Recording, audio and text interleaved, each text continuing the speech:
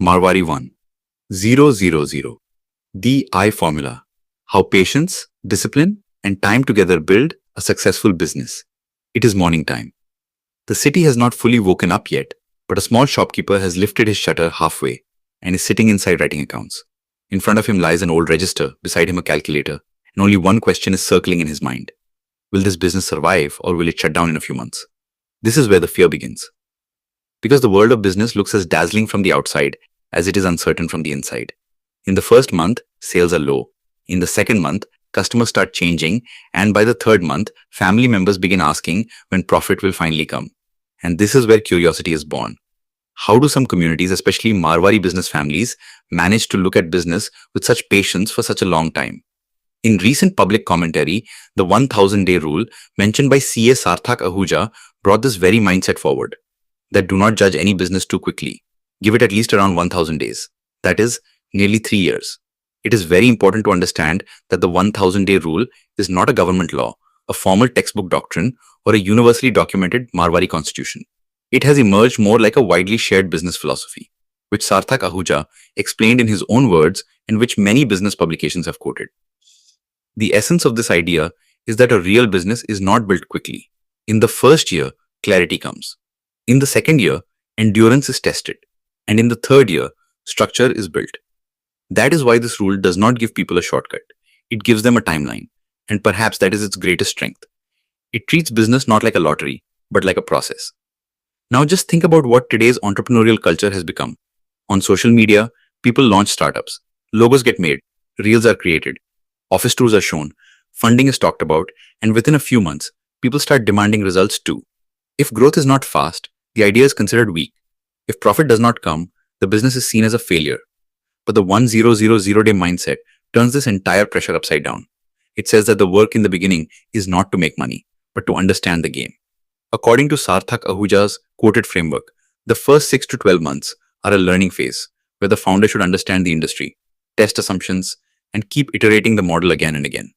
That means in the first stage, not ego, but observation is necessary. This is the first lesson that shows the depth of Marwari business culture. Many people want to see profit as soon as they start a business, but experienced traders first read the movement of the market.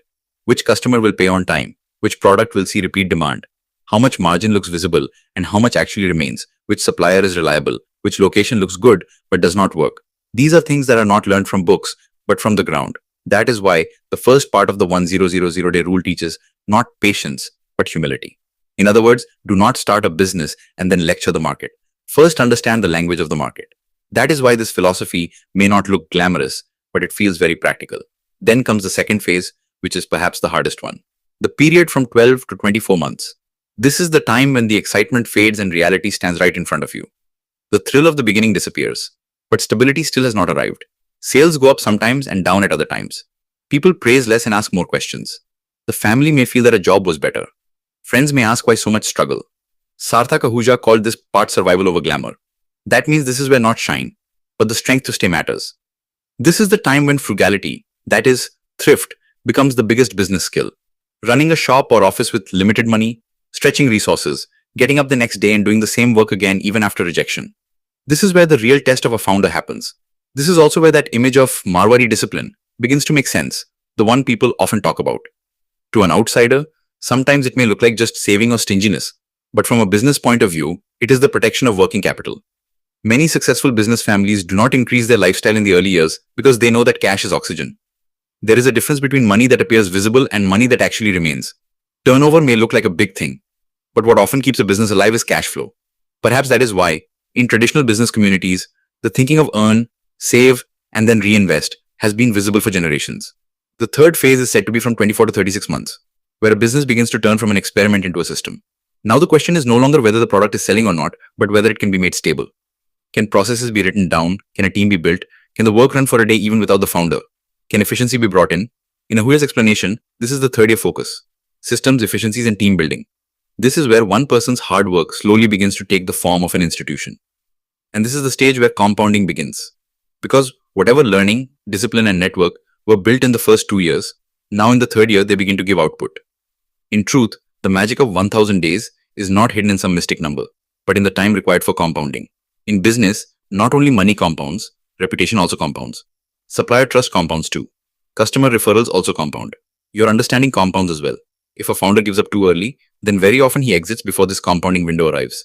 That is why this rule is not only a patience rule, but also an anti-premature exit rule. It says that if you decided too quickly that the business will not work, then perhaps you simply did not give it enough time to work. But the discussion of the Marwari formula did not remain limited only to building business. In the same coverage, investing principles linked to 𝐶𝐻 𝐼𝐻𝐿 were also mentioned, which were presented as the Marwari investing mindset. Here too, one important thing should be understood.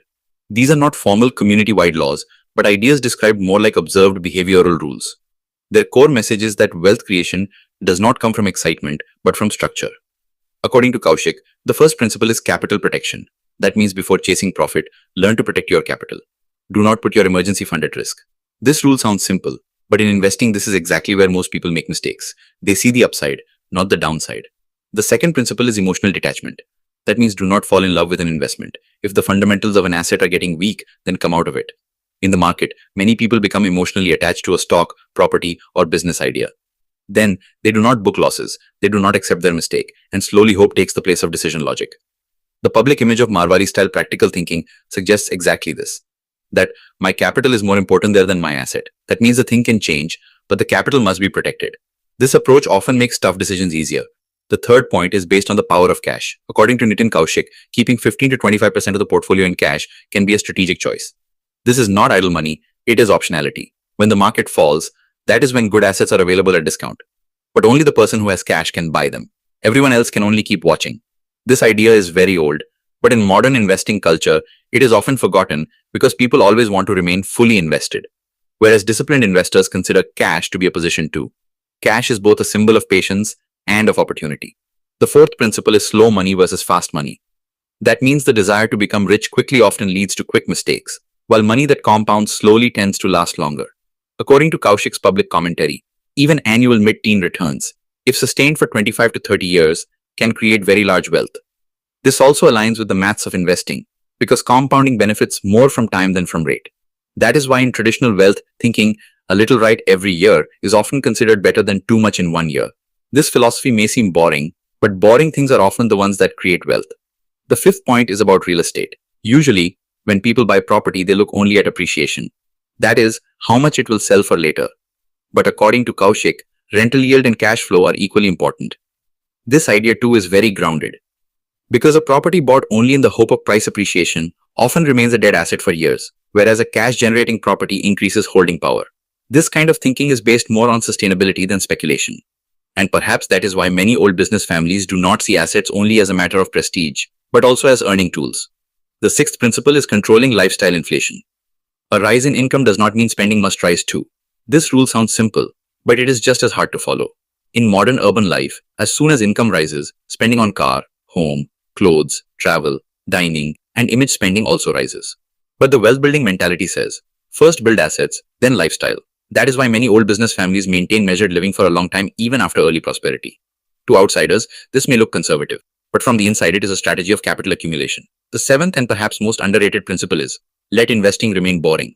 Changing the portfolio again and again, reacting to every piece of news, checking returns every day, making trades for excitement. All this may become not wealth creation but anxiety creation too. According to 𝐼𝐻𝐿 𝐼𝐻𝐿, discipline, systems, and consistency are more valuable than excitement. This rule becomes even more relevant in today's social media era, where every day some multi-bagger, next big thing, or life-changing opportunity keeps appearing. But boring investing means that you are trusting your process, not the daily noise. If these two frameworks, the 1000-day business rule and disciplined investing rules, are placed together, then a very clear picture emerges. The center of both is the same: time. Give time to business. Give time to investments. Give time to reputation. Give time to capital. Many people work hard, but do not give enough time. Some people are patient, but do not build systems. Some people earn, but do not save. Some save, but do not compound. The popular image of the Marwari formula is perhaps built on this balance. Risk is taken, but not without calculation. Growth is desired, but not without patience. Money is earned, but not without discipline.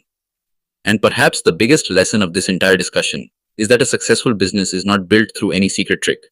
It is built through time, restraint, capital protection, frugality, reinvestment, systems, and emotional control. 1,000 days sounds long, but in the language of empire building, it is not very much time.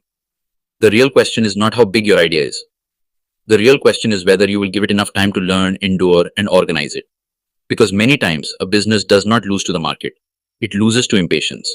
And the founder or investor who understands this game of time, for him 1,000 days do not remain just a calendar. They become the real workshop of wealth creation. If this video has taught you something new, or if you feel this information should reach more people, don't forget to like and share the video. Your small share can become valuable and useful information for someone else.